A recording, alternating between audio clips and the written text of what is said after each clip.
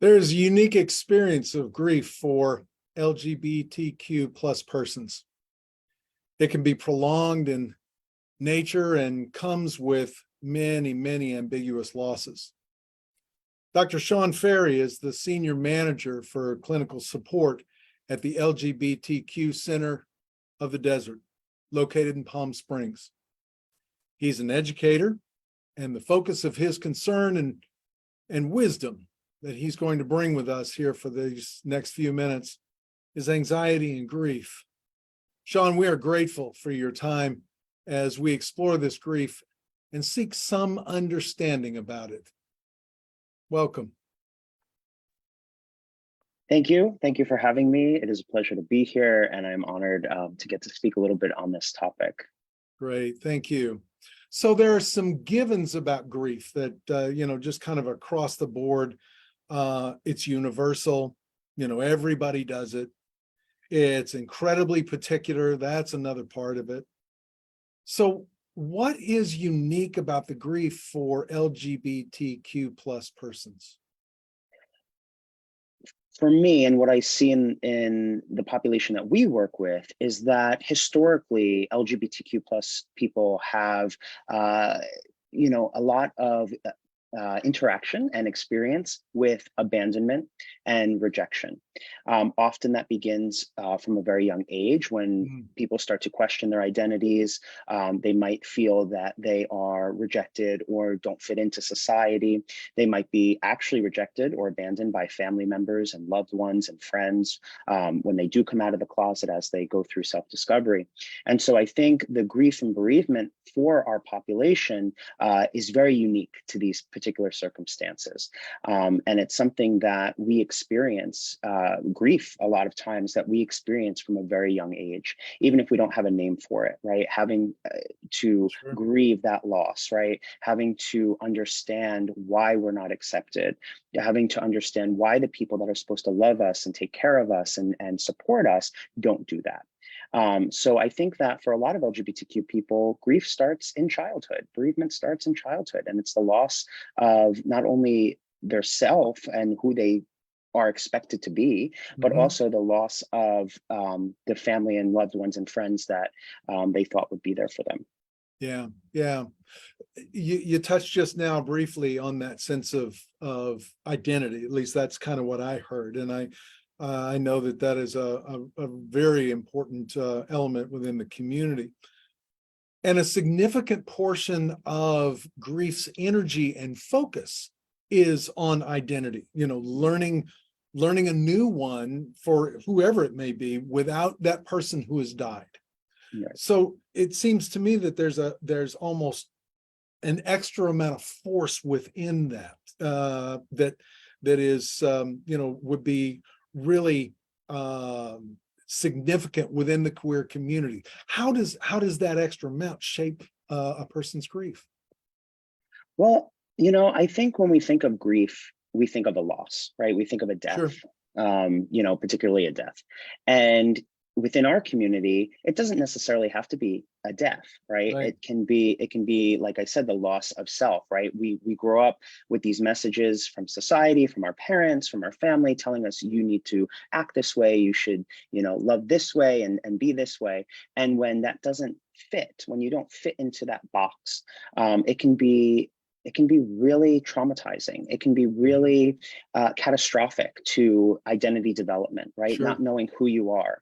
And for a lot of people that I've worked with, it takes them, much of their adult life to figure out exactly who they are.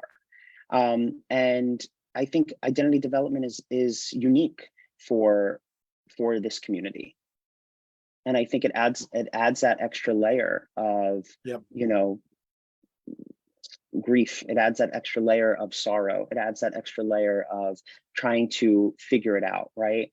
Especially, I think, if you are rejected from a young age, or if you are abandoned from a young age, where do you learn how to grieve? Right? Who's teaching you that? Because a lot of how we learn how to grieve is observed, right? We see our family members grieve, we see our friends grieve, but if we don't have that, then how do we learn how to process that? How do we learn? And I think that's what we see a lot in the community is people have a hard time letting go, or they have a hard time moving forward because they were never taught how to properly process what they've experienced. And a lot of times those experiences are around loss. Yeah, yeah. I want to explore that a little bit more because I like what you were saying about we learn from by watching, and our families have that and everything. And I would suspect that in many families, unfortunately, where the abandonment over a child's identity is, that may be one of the first grief experiences that they may have. And everything about that then is, as you were saying, rejection. It's a pushback. It's a fix. It's a get through this. We're gonna, do something different. Is that fair? Yeah, yeah, I think that's a really great observation, and I think it fits, for a lot of people in our community. Wow, that just with the amount of that, because in general we do a really bad job in society on teaching our families and things how to grieve. It's suck it up, move through it, and just get past it and things. It'll go away. Time heals all wounds. All the stupid platitudes that so much people offer to us and things. But something this deep really just hangs around and would really impact, I would think, a person's just daily living. Yeah, absolutely. Yeah. You're correct in that. And at the center, we offer obviously all types of counseling, but one of the things that we offer are grief and bereavement. Specifically, we have a grief and bereavement support group, and we also offer individualized counseling and couples counseling as well. And we see a lot of that. We see a lot of people who come in for one loss and then start to realize that, wow, they had a lot of losses throughout their life. Okay. Things that they didn't even realize that they were still grieving or still processing or still, impacted by. And so a lot of times our work is not only addressing, the current loss or the recent loss, but also kind of processing and parsing out the previous losses that they've had in their lives. Sure. And those things get all intermingled. That's, another given about grief is that you have one now, it's going to reach back into the past and pull forward anything that's, unresolved or just that still needs some attention to it. Yeah, that's so I suspect there's just a large amount of grief within the LGBT community. Yeah, and I think also historically, if you kind of zoom out and think about events, for gay men in particular, we look at like the AIDS epidemic, right? Sure. There was so much loss, and there continues to still be loss around that, but there were so many people within the community losing people at astonishing rates. There was a lot of survivor's guilt, people who survived it and lost friends and loved ones and partners, and trying to still process through that. We still have people, older people who come in still processing that. Wow. Even though it happened 30, 40 years ago, they're still processing through that. And there's kind of that kind of collective grief there. Yeah. We have people who didn't even know that they lost friends, for years, because there was just so much happening and records that weren't kept and who went where. And, people tried to find, interventions in other cities and never came back. And so there's a lot there too. And we still see that. And actually one of the support groups that we offer also is people living with AIDS and HIV as well, to provide support there as well. Yeah. I suspect that during that, and correct me if I'm wrong, but during the AIDS crisis, so many things were cause of death may have been listed as something else, and so things don't get connected up, and that becomes so important for us to understand. When a person dies, is well, what happened? How did it happen? What was the cause? And it helps us to kind of categorize things at least. And without that, yeah, so much can slip away, and then again, it just hangs out underneath, being undealt with. And I think in this particular instance and in this time period, we're also talking about a great deal of helplessness, right? Sure. These people felt absolutely helpless. There wasn't much in the way of medical interventions. People were dying left and right. People were losing entire chosen families and their loved ones and friends. And so, that really that feeling of helplessness and hopelessness, I think, permeates a lot throughout our community as well, because we see, what can happen. Yeah, yeah. Well, and death and grief makes us to feel oftentimes that sense of helplessness. Really, that is a common thing, but when you are excised from the community in so many ways and things, it just, I can see, would just exacerbate that and make that so much worse. Right. And from the clients that I've worked with and people that I've talked to in our various groups and things, there was obviously the stigma around it, Right. Sure. and not feeling that they were able to seek help, right? And so Right.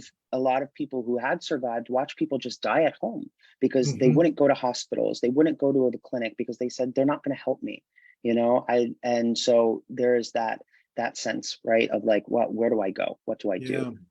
Wow. Wow. Yeah. So there's this long arc of grief individually as well as Mhm. communally. That's one of the things that I hear you saying. And both those things impact us as individuals. And what are you seeing that people are doing to try to process that and to work through that? I mean, obviously, I would suspect some talk therapy, but is there, or group kinds of things? But what kinds of things can you suggest for people to help with that?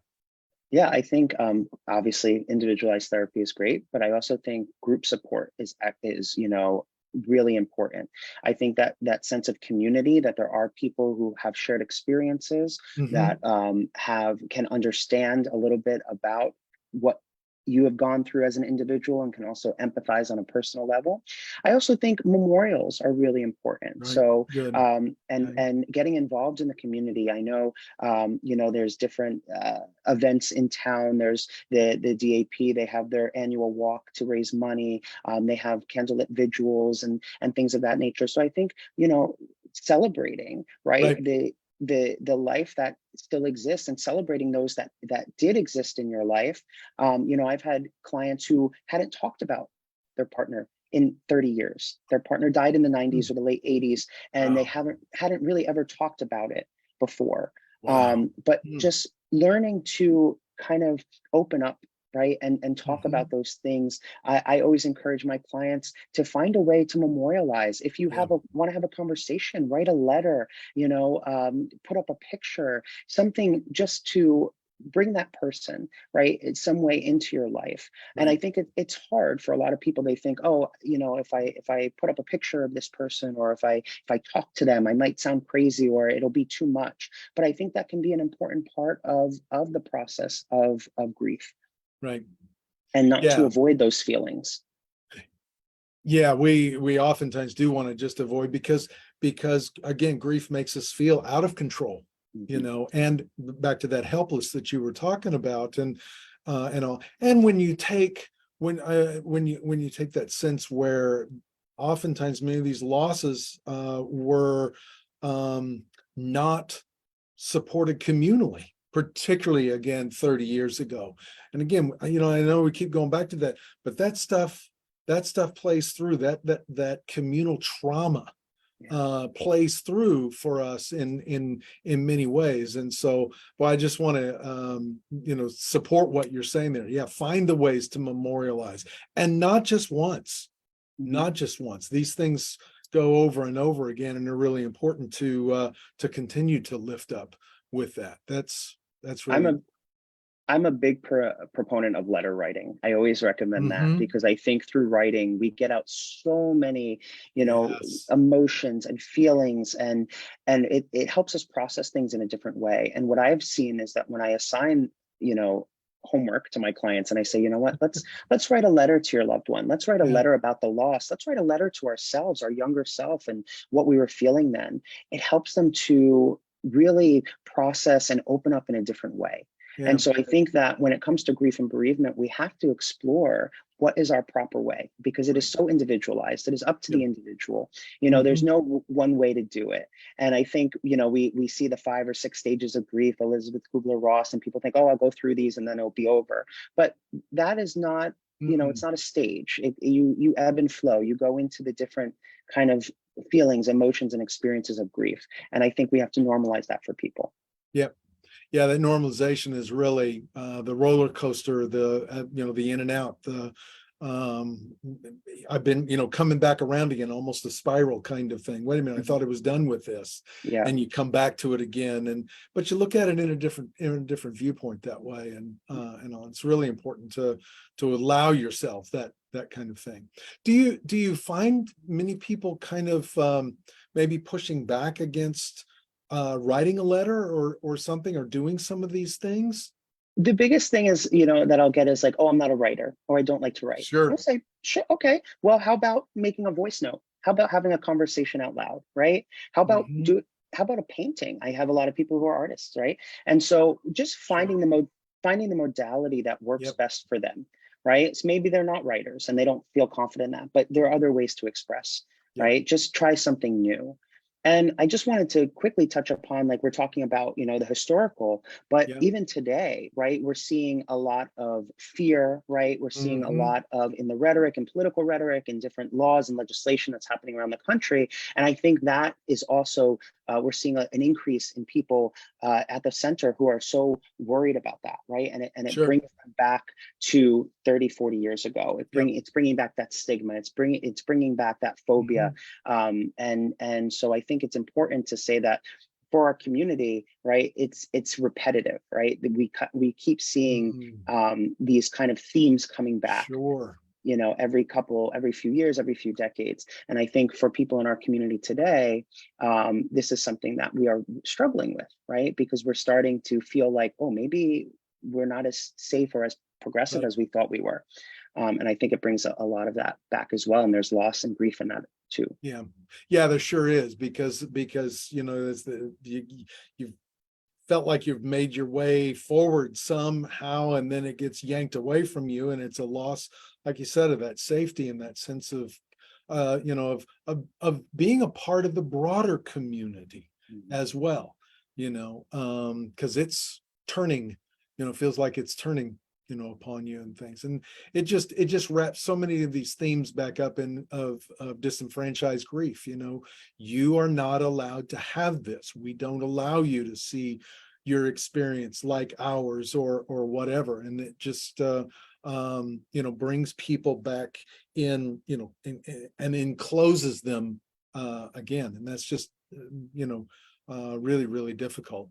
Yeah, yeah, I think you highlighted something, you know, that loss of safety, that loss of Yeah. inclusion, right? Because in order to, for me, in order to grieve, in order to feel the loss, you have to feel safe in doing so, Right. right? And so if you don't feel safe in that, if you don't feel safe at the community level, at the social level, at the individual level, it can be really hard to allow yourself to process that grief and allow yourself to feel it.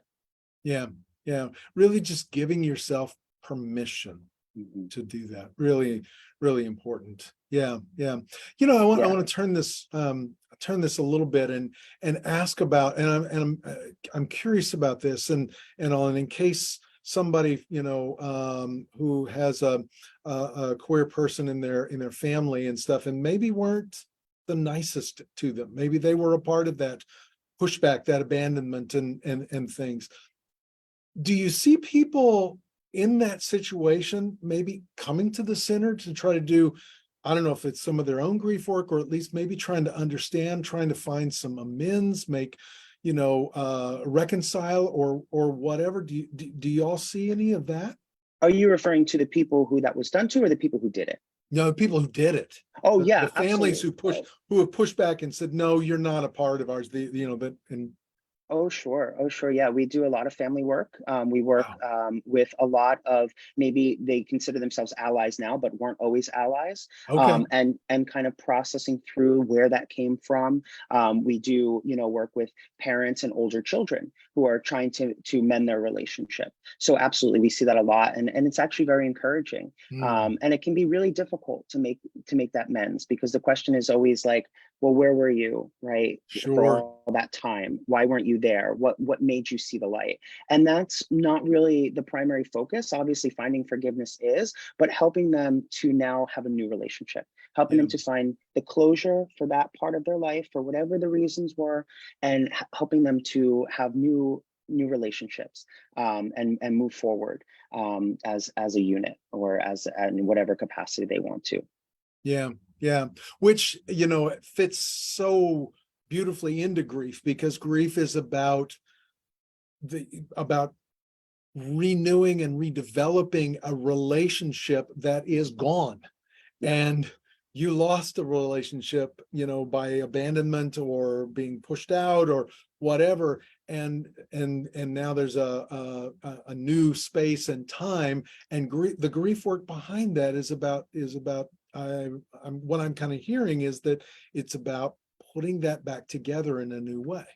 Right. And something, in particular, in one group, in our gender expansive population, so our trans and non-binary folk, Uh-huh. what we see a lot there is in families and in self, is that grief for the lost self of who they thought they were, who their Sure. families thought they were, and learning how to process through that and kind Yeah. of, you know, revitalize a relationship, or create a new relationship with this person that they now have to get to know, a little bit differently than who they thought they were.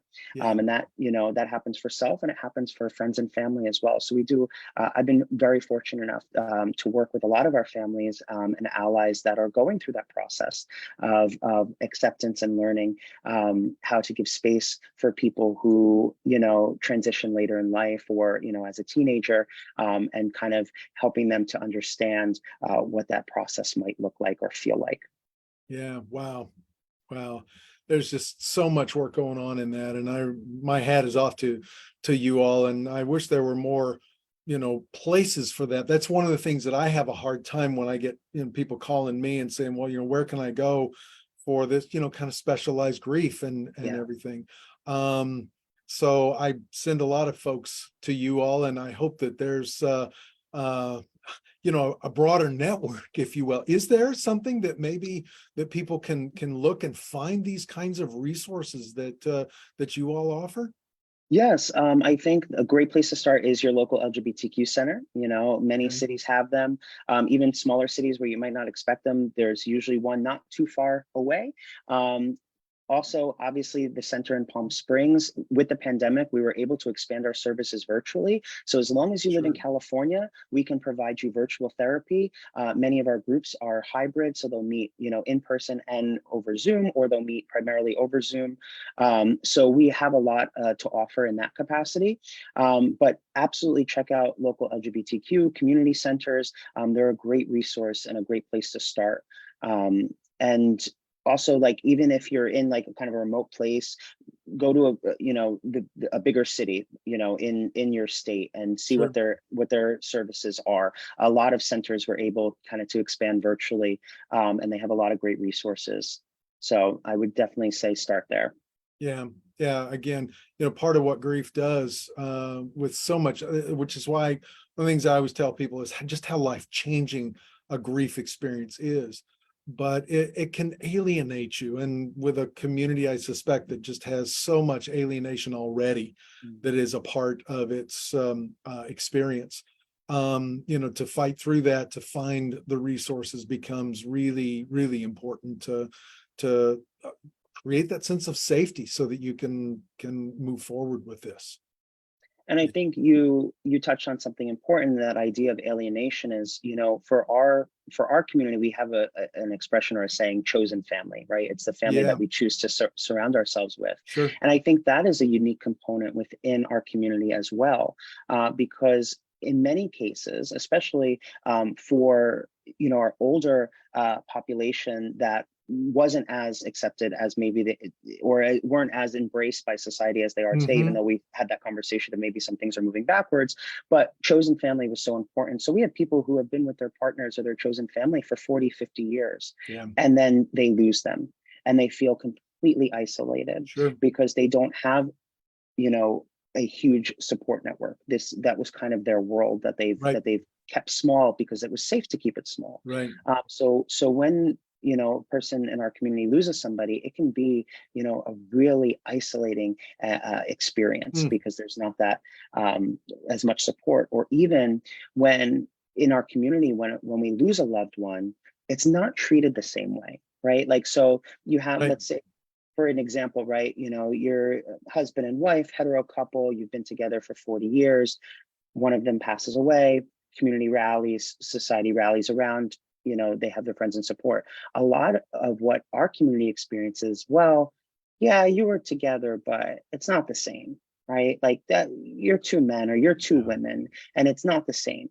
And so even within that, the grief can be invalidated. And so that can be another component.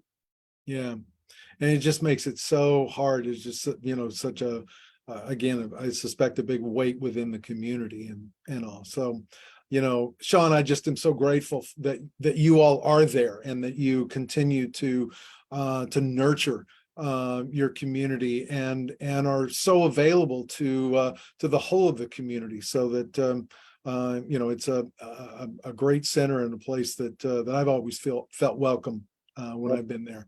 Thank you so much. And we're trying to meet the community where they are. We just added a second bereavement group. So normally we run one bereavement group for a 12-week period. It's a closed group. Once they reach capacity, it's closed till the next one starts. But we've had such a need recently that we've started another one. So now we have one that's going to start on Monday nights. We have one that is on Wednesday afternoon.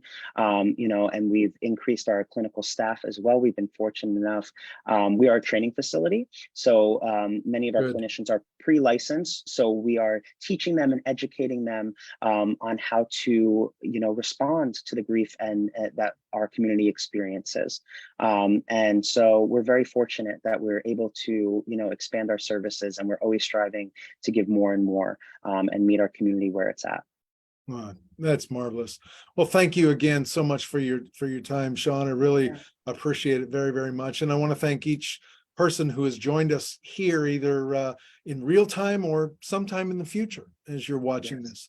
We hope that you found this information very, very helpful, and that it's helped you to be a bit stronger as you wrestle with your grief, and maybe not quite so alone. That's really, really important. I also want to send out my thanks to Jessica for monitoring the feed and our page here at Journeys Through Grief. I invite you to follow us on Facebook so that we can all be together in our journey through grief. And I want you to know that we at Journeys Through Grief are sending you peace as you grieve your loss. Take care and see you next time.